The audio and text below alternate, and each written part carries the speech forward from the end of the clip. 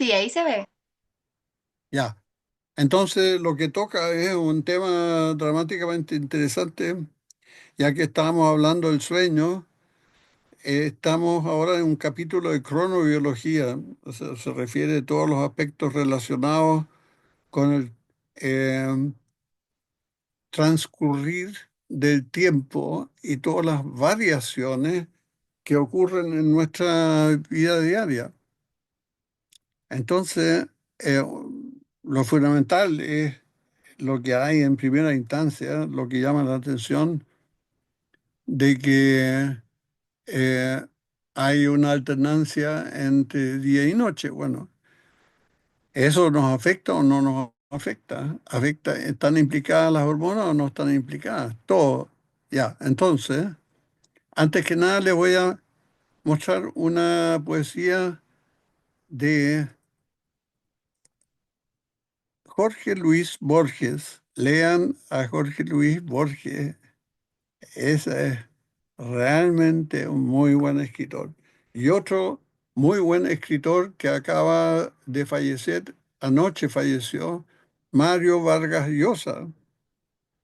Entonces, hay gente muy interesante a leer y entre ellos está Jorge Luis Borges. Bueno, él se refiere a unos jugadores de ajedrez que ellos ven mueven a sus figuras para allá y para acá y ellos se creen los dueños de la figura. Entonces lo que Jorge Luis Borges dice, no saben esos jugadores que la mano señalada del jugador gobierna su destino. No saben que un rigor adamantino sujeta su albedrío y su jornada. O sea, ese jugador tampoco no tiene libertad absoluta. Ese jugador es prisionero. La sentencia es de Omar de otro tablero, de negra noche y de blancos días. Y eso viene al tema que tenemos que tratar, porque eso no es indiferente si estamos con pura noche o si estamos con puro día. Hay una alternancia y esa alternancia es sumamente interesante porque está relacionado con los ritmos circadianos. ¿Qué es lo que significa ritmos circadianos? Los ritmos que demoran alrededor, esa es la palabra circa, alrededor de un día. ¿Qué ritmo circadiano por esencia conocemos? La luminosidad de día y noche. Entonces, circa significa más o menos un día. Y esos ritmos tienen repercusión en el rendimiento físico, en el rendimiento mental y la conducta que sigue un ciclo de aproximadamente 24 horas. Y durante ese ciclo cambia todo. Por ejemplo, el, el estado de mayor alerta es a eso de las 10 de la mañana. La mayor producción de testosterona a las 9 de la mañana. El movimiento intestinal a las 8:30, más o menos. Y la secreción de una hormona que vamos a tratar hoy día, es la melatonina, comienza a disminuir en la mañana. En cambio, la presión arterial va en aumento durante la mañana. En la noche tenemos las temperaturas corporales más bajas y el sueño más profundo. Y en la noche también se suprimen en buena medida los movimientos intestinales. Y a eso de las 9 de la noche empieza a aumentar la secreción de melatonina. ¿Quién secreta la melatonina? La epífisis. ¿Y qué es lo que es la epífisis? Una glandulita eh, casi olvidada, pero que en el fondo es el resto del tercer ojo que tenían los dinosaurios. O sea, no deja de ser interesante que tenemos unos vestigios de los dinosaurios que influyen en nuestros ritmos diarios. Bueno, así en suma, dentro de todos los procesos hay aumentos y disminuciones a lo largo de las 24 horas del día. Y eso llega a tal punto de que, por ejemplo, ustedes recetan ya paracetamol después del desayuno a las 9. Pero ¿quién dice que los receptores para el paracetamol están dispuestos a recibir el paracetamol a las 9 de la mañana? A lo mejor la mayor receptividad para un fármaco también cambia a lo largo del día, pero no, el médico dice ya en la noche o en el día o en la mañana y no le importa, bueno, y el receptor, ¿qué dice al respecto? Bueno, así hay todavía mucho que comenzar, pero tengan lo cierto de que hay relojes biológicos que están anclados en nuestro genoma y que producen unas proteínas PER y CRAE, y estas PER y CRAE a su vez inhiben esta estimulación de la expresión eh, de estas proteínas, ¿vale? Es decir, aumentan las proteínas, frenan la expresión pero hay una degradación de estas proteínas, de modo que llega un momento en que eh, no se inhibe la expresión de estas proteínas y entonces aumentan estas proteínas y así a lo largo del día, para todos los procesos, siempre esta misma máquina o reloj biológico donde se expresan diferentes proteínas para cada proceso, eh, lo que se expresa en que cada proceso tiene variaciones a lo largo del día, dependiendo de la vigencia de estas proteínas. Y si estas proteínas son degradadas, comienza de nuevo su producción y hasta que son inhibidas la expresión para dar finalmente curso a estas variaciones en la función de las más diferentes proteínas. Bueno, entonces eso mismo, estos dos relojes biológicos que fomentan la expresión de las más diferentes funciones, ya sea sueño, metabolismo, o respuesta inmune, microbiota, cáncer, edad, función cardiovascular, todo eso varía a lo largo del día de acuerdo a estos relojes biológicos. Entonces, eh, y esto es importante, los relojes biológicos funcionan con un ritmo, como decía, de aproximadamente 24 horas, pero aproximadamente, vale decir, tienden a descarrilarse con el tiempo un poco, de modo que pasan de las 24 a las 25 horas y un poquito más allá, y entonces es necesario de que haya factores que los vuelvan a llamar a su redil, factores que les muestran eh, dónde están los límites para su variación. Y estos factores externos son, en primer lugar, la luz. La luz influye en los relojes biológicos. No para cambiarlos dramáticamente, no, simplemente para poner un límite para que se mantengan estos ritmos en las 24 horas y no pasen más allá ni menos.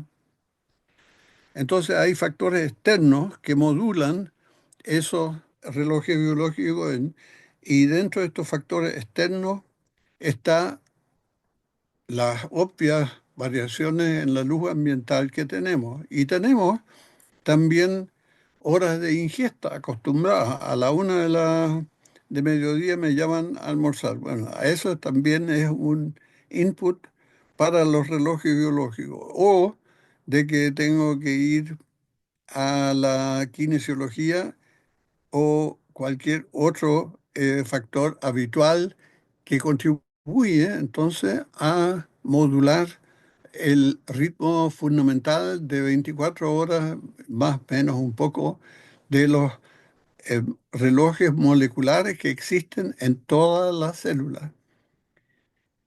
Y como es un ritmo de 24 horas, todas las funciones habidas y por haber, conocidas o no conocidas, tienen un ritmo de aproximadamente 24 horas, modulado por factores varios externos, entre ellos la luz. Y esto se manifiesta en variaciones diarias, como dije, de la presión sanguínea, de la glucosa, de la conducta, de las afecciones cardiovasculares, por ejemplo. ¿A qué hora se muere más gente de infarto miocardio? A eso de las 9 de la mañana. ¿Por qué? Porque ahí hay un aumento más o menos brusco de la presión al cual puede o no puede estar preparado el cuerpo y puede soltarse una placa por aquí, por allá, obstruir un vaso y ya tenemos un infarto. Entonces, lo importante en esto es de que hay un horario óptimo y un horario subóptimo para cada una de las funciones. Y eso depende de relojes moleculares que están en cada una de las células. Y el ritmo que tienen esos relojes biológicos es de 24 horas, más o menos un poco. Y lo importante es de que eh, esos relojes moleculares son modulados por eh, factores externos, entre ellos principalmente la luz. Entonces, la luz, ¿qué es lo que hace? Impacta en primer lugar sobre un reloj central, un reloj maestro que emite también señales hormonales y neuronales para los demás relojes biológicos. ¿Y dónde está ese reloj central? En el núcleo supraquiasmático. Y esa influencia y el núcleo supraquiasmático, ¿dónde queda? Queda inmediatamente al lado del o detrás del quiasma óptico. Y el quiasma óptico, ¿de dónde viene? De la retina. Entonces, hay una vía directa desde la luz al sistema nervioso central representado por el hipotálamo, y ya les dije la gran importancia que tiene el hipotálamo para todo tipo de función orgánica, incluso de modelos de conducta, como habíamos conversado. Entonces, desde el hipotálamo sale inervaciones del sistema nervioso autónomo, señales endocrinas, la temperatura se regula, la ingesta se regula en el hipotálamo, todo. Y todo está supeditado a ese reloj central que está eh, en el núcleo supraquiasmático, la parte anterior del hipotálamo. Y en consecuencia también hay, aparte de la luz, factores externos como el ejercicio, la temperatura ambiental, las ingestas, etcétera. Todo lo que impacta entonces en las diferentes funciones del organismo. es la misma cuestión, el núcleo supraquiasmático influenciado por la luz y eso influye en conductas eh, y funciones endocrinas y autonómicas que influyen finalmente en cualquiera de las funciones, por ejemplo, la alimentación, etcétera. Entonces, lo importante es de que en nuestro tiempo que toda la gente se preocupa de la obesidad, alguien dice que no es cosa de ir pesando los kilos, hay que sopesar el tiempo. O sea, cada cosa en su lugar. No hay que comer a cualquier hora. Eh, Al respecto, ya los antiguos decían de que hay que desayunar como un rey, hay que almorzar como un burgués y si es que hay que cenar como un mendigo. Y eso es lo que hoy en día los gurús dicen con el ayuno intermitente. Eh, eh, el momento para la ingesta y el anabolismo es la mañana y en la tarde prima el catabolismo. Y si usted en la tarde le mete alimento al organismo, eso viene en un momento inapropiado, donde cuando hay que comer es en la mañana. Así que, y ahí se topa con otra mala costumbre, particularmente la mujer chilena, que,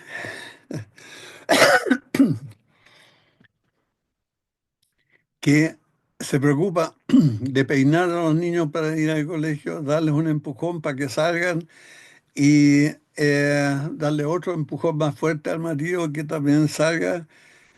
Y después, recién a las 11 empieza a tomar su primer cafecito y una tostada. Y mientras tanto, sin embargo, la vesícula, como yo les había contado, sigue absorbiendo agua y concentrando su contenido hasta que se forman cálculos. Entonces, la verdad es de que hay malas costumbres. Una mala costumbre de la mujer chilena es preocuparse de todos los demás, menos de sí misma. Y ella misma también tiene que tomar un buen desayuno. Eh, entonces, fijarse en los horarios, no tanto en los kilos. Y solamente se van arreglando las cosas. Y se van arreglando no solamente los horarios de de la conducta, sino que también la composición del organismo, el microbioma del intestino grueso se orienta de acuerdo a los horarios que tienen las personas y el metabolismo lipídico y por ende las enfermedades cardiovasculares, todo calza. Entonces, eh, la microbiota tiene un ritmo que influye dramáticamente en una homeostasis normal y por lo tanto en el bienestar de la persona. Si la persona pierde su ritmicidad o el animal de experimentación, cualquier alteración de la ritmicidad normal resulta en obesidad. Y obesidad es la antesala de diabetes y la antesala de enfermedades cardiovasculares. O sea, hay que conservar los horarios indicados por los relojes biológicos. Y va más allá de esto. Hay, por ejemplo, una tendencia de los relojes biológicos de mantener un estado más bien oxidativo en la noche y reducido durante el día. Eso también tiene que ver con la ingesta de antioxidantes, etcétera. Pero eso redunda en cosas tan importantes como el potencial de membrana. En los potenciales de membrana aumentan durante la noche porque se abren los canales de potasio y en cambio durante el día hay mucha actividad neuronal, vale decir, las células andan eh, permanentemente accionadas y depolarizadas, pasan de depolarización en depolarización en relación con que el- los canales de potasio están mayoritariamente con tendencia a cerrar, nunca van a ser completamente cerrados, pero muy interesante que la actividad neuronal, y todos lo sabemos como cosa de todos los días, está aumentada, pero en relación con una actividad del equilibrio redox, con tendencia a estar reducido, lo que significa cierre de canales de potasio, más tendencia a la depolarización. Durante la noche se abren los canales de potasio y hay una tendencia a elevar el umbral y por lo tanto menor actividad neuronal. Entonces, esos son ritmos a los cuales estamos sujetos, eh, como hemos visto ya en diferentes aspectos. Y esto tiene tanta repercusión que si usted, eh, o sea, estamos tan sujetos a los ritmos circadianos que eso incluso afecta los accidentes. Si usted toma todos los accidentes automovilísticos que se producen durante un año, independientemente de su causa, usted grafica solamente la hora a la cual se producen. Entonces resulta que la mayor cantidad de accidentes automovilísticos se produce entre las 6 y las 8 9 de la mañana. Después baja en relación con el aumento de la alerta. Hay otro ligero aumento a la hora de la siesta y después baja otra vez para luego a lo largo de la noche ir aumentando. Entonces, eso llega a tal punto que hay algunas líneas de buses de transporte que a sabiendas de esto suprimen todo transporte entre las 6 y 8 de la mañana. Lógico, si a esa hora se producen la mayor parte de los accidentes, ¿qué es lo que tengo que hacer yo por encargado de seguridad de una línea de buses? Suspender el tránsito a esta hora. Lógico, porque esto es un ritmo relacionado con nuestros relojes biológicos. Y esto está modulado, como dije, por factores externos, entre ellos la luz. Entonces, toda nuestra actividad y reposo se organiza en torno al ciclo día y noche dado por la rotación de la Tierra hace miles de millones de años. Y esta señal de la luz, como dije, ¿por dónde entra? Por el ojo.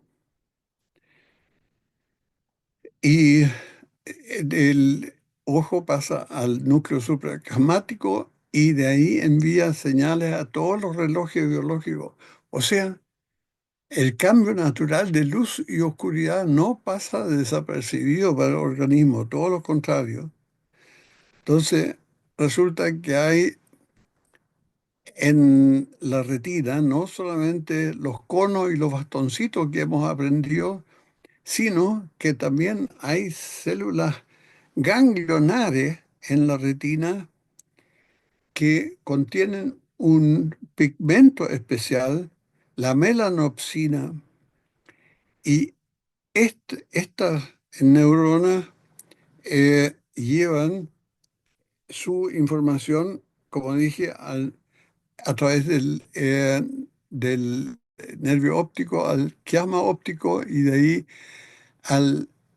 núcleo supraquiasmático que queda en el hipotálamo. Ahí está el núcleo supraquiasmático y el hipotálamo. Y aquí tenemos la eh, hipófisis y esta es la epífisis, que no es lo mismo. Perdón, esta es la hipófisis y por aquí queda la epífisis. Y la epífisis, que es lo que es una glandulita que recibe las influencias eh, dadas por la luz. O sea, llega al núcleo supraquiasmático, al el reloj central, pero más allá llega a través de eferencias a la epífisis, ese estímulo dado por la luz. Y resulta que esta epífisis eh, empieza a modular su producción de hormona en respuesta a los cambios de luz. ¿Qué hormona? La epífisis, ese eh, vestigio del tercer ojo de los dinosaurios, la epífisis produce melatonina, que es la hormona que nos prepara para el sueño, vale decir, en la tarde cuando ya amaina el sol, empieza a aumentar la melatonina por influencia directa del ojo sobre la epífisis y la epífisis comienza entonces a producir melatonina y la melatonina es una hormona que nos prepara para el sueño, vale decir, eh, baja las revoluciones. ¿Y de dónde viene esta melatonina? En la epífisis, los pinealocitos toman el triptófano, aminoácido triptófano, sintetizan la 5-hidroxitriptamina, que no es otra cosa que la serotonina, y de la serotonina pasan a la melatonina. Entonces, nosotros vemos que la melatonina se produce de noche y disminuye durante el día, vale decir, nos prepara, esa disminución de la melatonina nos prepara para las actividades que tenemos previstas para el día. Entonces, en el verano tenemos días largos y la noche se acorta, por lo tanto, la melatonina se secreta en menor cantidad. En invierno aumenta la duración de las noches y en consecuencia aumenta la presencia de la melatonina. Entonces eso es muy importante.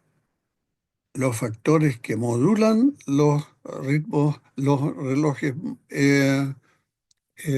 biológicos están modulados por factores externos, entre ellos el ritmo, luz y oscuridad y los estímulos respectivos.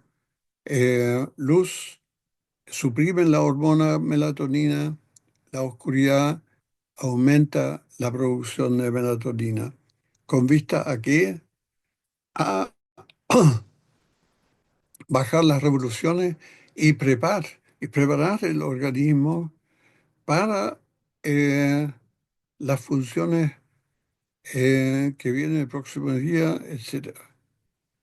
Entonces, aquí tenemos la melatonina actuando sobre los más diferentes sistemas del organismo, incluyendo no solamente el sueño, sino que también el sistema inmunológico, eh, entre ellos el timo, el vaso, la médula ósea, etcétera, etcétera.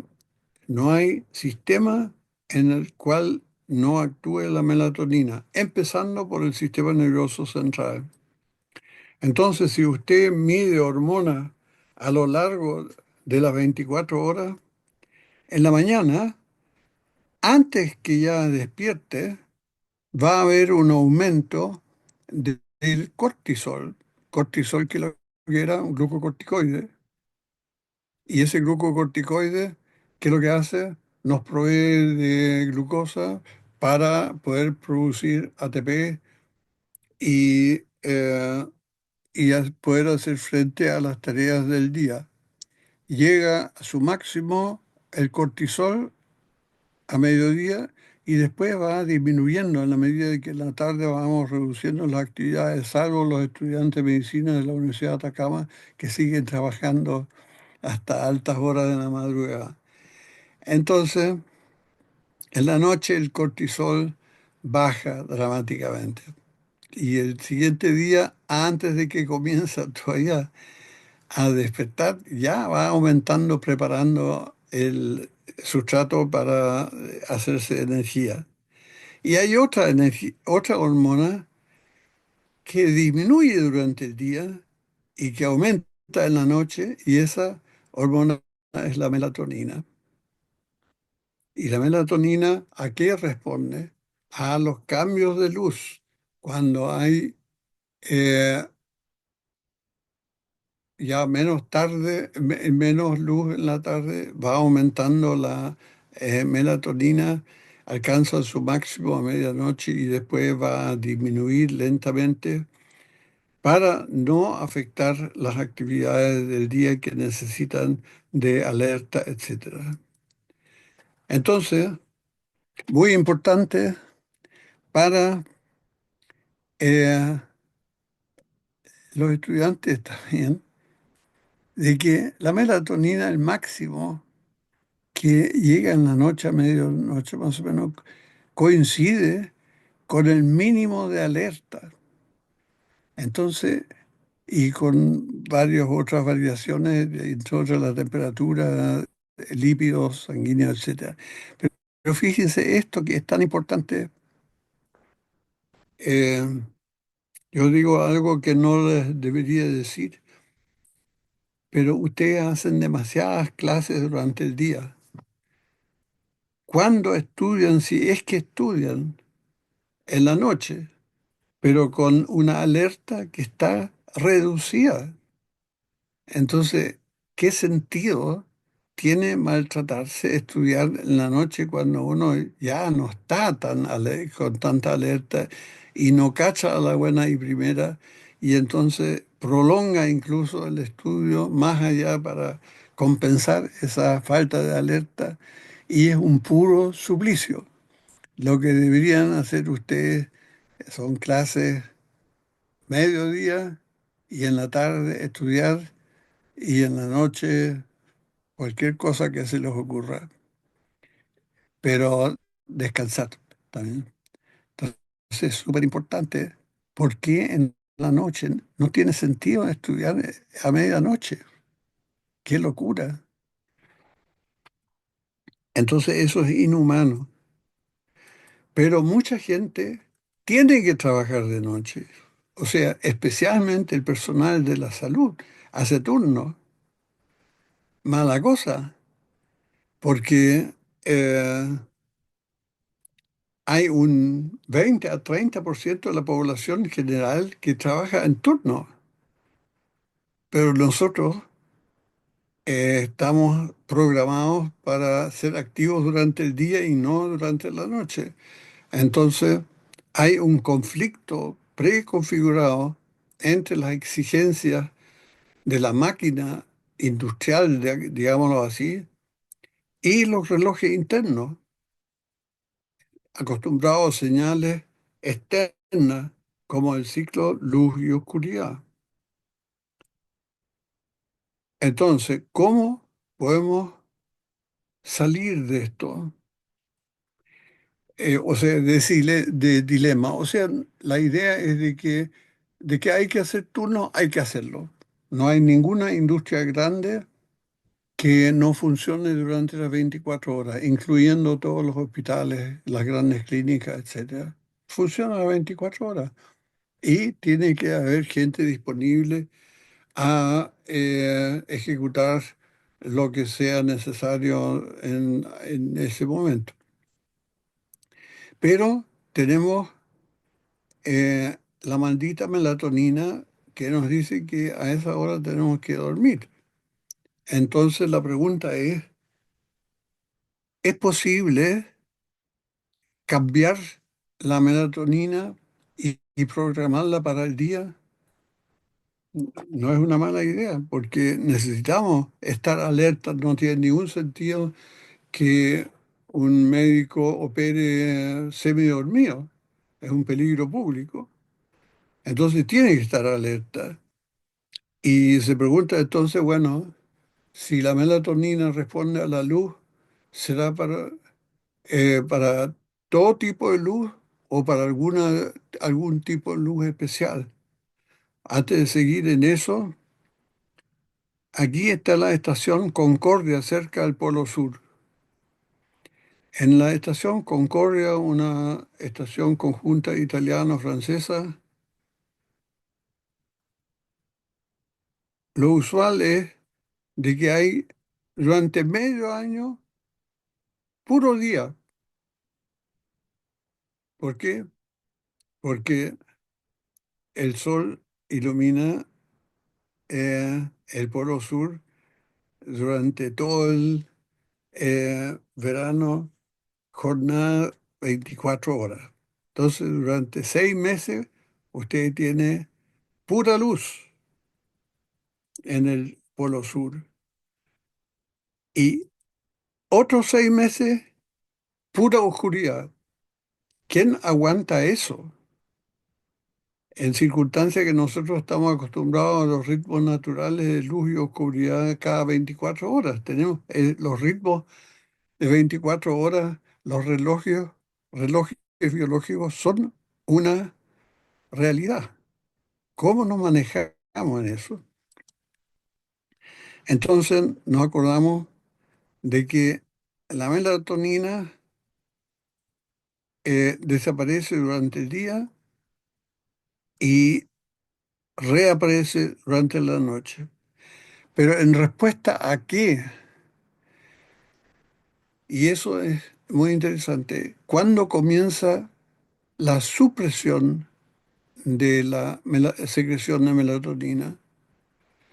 La melatonina se suprime con la llegada de la luz, pero sabemos que la luz es un conjunto de ondas de muy diversa longitud. Hay luz ultravioleta, hay luz azul, hay luz verde, amarilla, roja, etcétera. ¿De qué tipo de luz estamos tratando para suprimir la melatonina? Y resulta que la melatonina se suprime específicamente por el efecto de la luz azul. ¿Qué significa eso? Que si queremos estar alerta en la noche, bueno, tenemos que usar una ampolleta que emita, entre otras longitudes de onda, también la longitud de onda correspondiente a la luz azul. ¿Y cuál es el espectro de supresión para la melatonina? Resulta que la luz azul, es decir, la luz entre 440 y unos 480 nanómetros, esa parte del espectro es la más efectiva en cuanto a suprimir la melatonina. Entonces la idea es, aquí está el aumento de la melatonina en la noche y la desaparición de la melatonina el día siguiente. Entonces la pregunta para el trabajador de turno es, ¿podemos suprimir ese aumento de la melatonina? Sí, podemos suprimirlo a tal punto de que la melatonina durante la noche desaparezca, con la ventaja adicional de que en el día siguiente, cuando normalmente el que sale del trabajo de turno no sale con mucho sueño, es decir, no tiene un día reparador después del día de turno. En cambio, si usted suprime la melatonina durante el día de turno, el día siguiente, si ha suprimido la melatonina, tiene un eh, rebound, vale decir, tiene un aumento compensatorio que le ayuda entonces a que este día de reposo sea realmente efectivo en cuanto a proveer el descanso. Entonces, para no ir más lejos, ¿cómo hizo el buen Dios las mañanas? Las hizo azulinas. Si es que han despertado tempranamente alguna vez en su vida. Fíjense que la luz de la mañana es azulina. ¿Y cómo es la luz de las tardes? Amarillo rojiza. ¿Cuál es la diferencia? La luz de la mañana la hizo Diosito azulina. ¿Para qué? Para suprimir la melatonina, para que estemos avispados.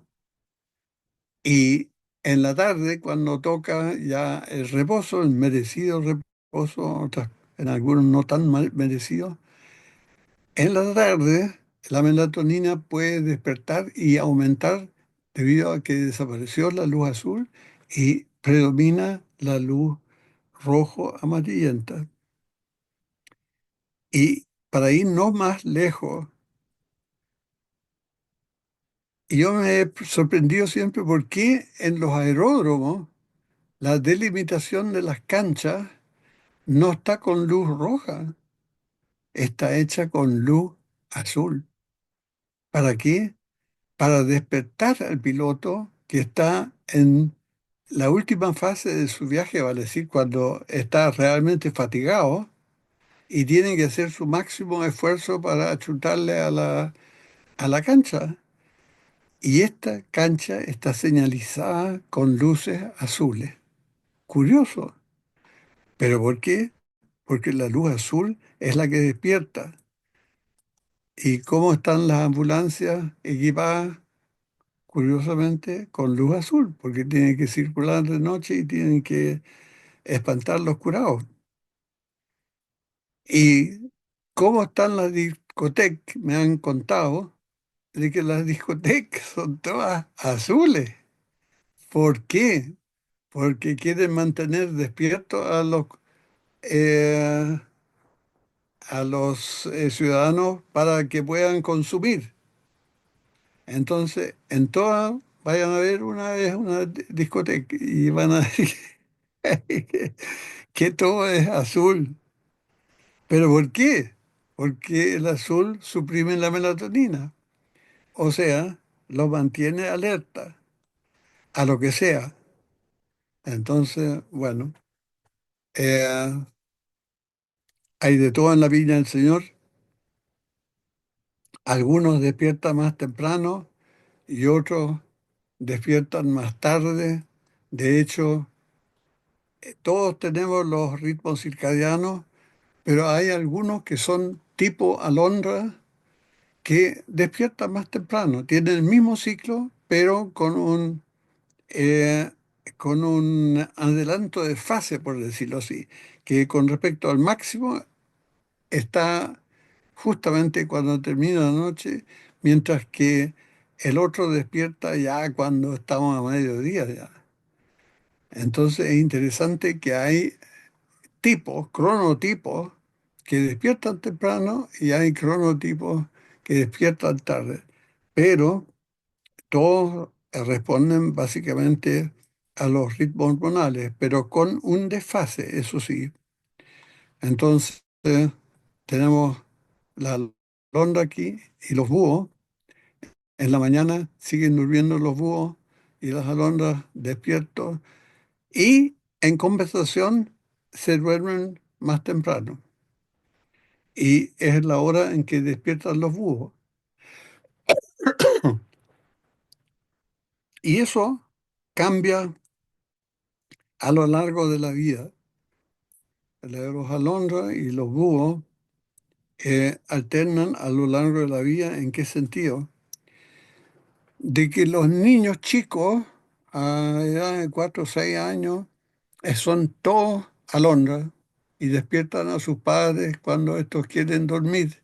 Es lo único. Y, pero a medida que avanza la adolescencia, llega a predominar el tipo búho. Entonces, mis alumnos son mayoritariamente búhos y recién más adelante empiezan a levantarse más temprano. ¿Y quién se normaliza más? La mujer que el hombre. ¿Por qué? Porque la mujer tiene que hacer el desayuno para todos y ya los dejo hasta aquí nomás. Y aquí su profe en los camiones de la minería también velando porque tengan la luz adecuada para mantenerse despiertos durante su trabajo de turno de noche también. Entonces, es un tipo que le hace a todo. Ya, chao pescado, que le haya bien. Ya, profe, muchas Natalia, gracias. Profe, es ah, que tenía una duda. ¿cómo? Tenía una duda, no sé si me escucha, Ya, diga, pero es que es de un poco antes.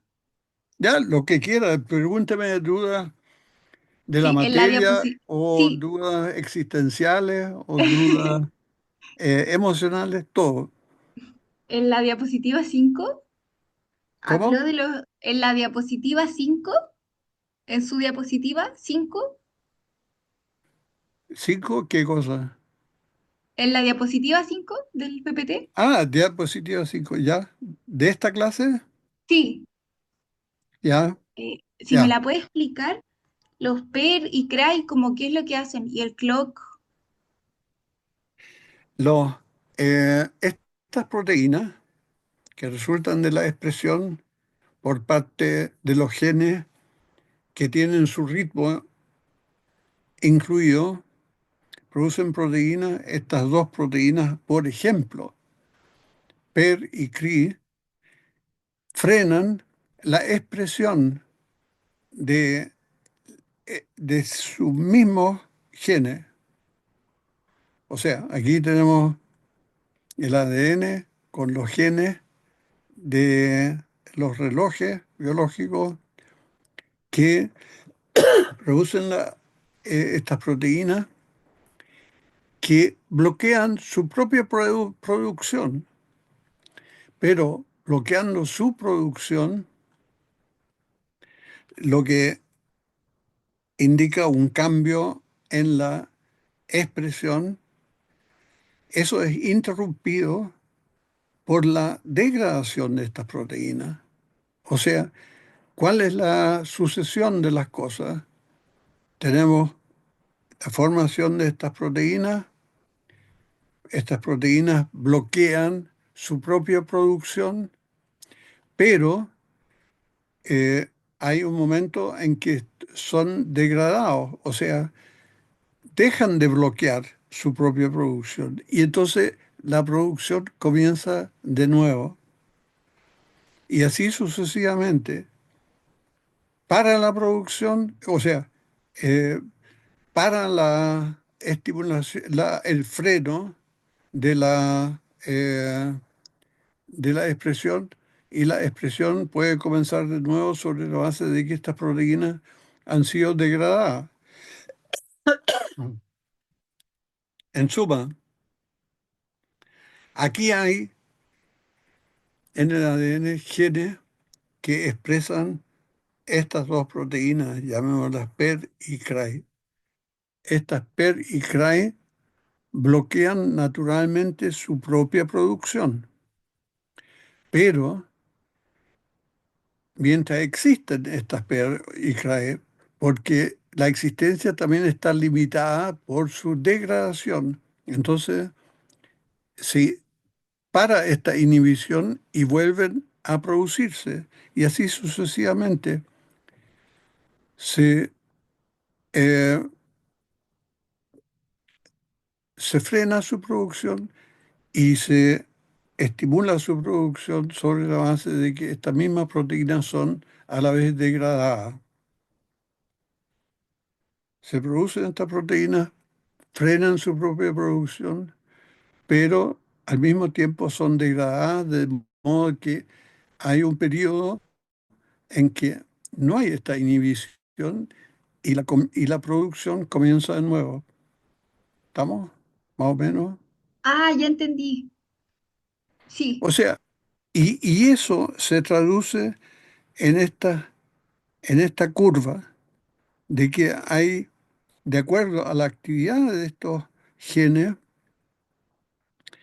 una inhibición, pongámosle eso, mientras que no sean degradadas estas proteínas. Pero cuando son degradadas, bueno, comienza otra vez la actividad, comienza su nueva producción. Entonces es esa alternancia en la expresión de estas proteínas, una expresión que en principio es inhibida, pero esa inhibición es impedida por la simultánea degradación de estas proteínas. Entonces resulta como efecto final en las funciones comandadas por estas proteínas, esta variación diaria en las funciones. ¿Cachai o no cachai? Sí, ahora entendí. Ya. Gracias, muchas gracias. Ay, pero lo interesante en todo esto es de que em, nosotros estamos supeditados a ritmos. Nosotros creemos, como el jugador de ajedrez, de manejar la figura, pero la verdad es que nosotros somos los jugadores. También somos prisioneros de otro tablero, de negras noches y de blancos días. Los poetas ya la sabían. Eso es lo interesante.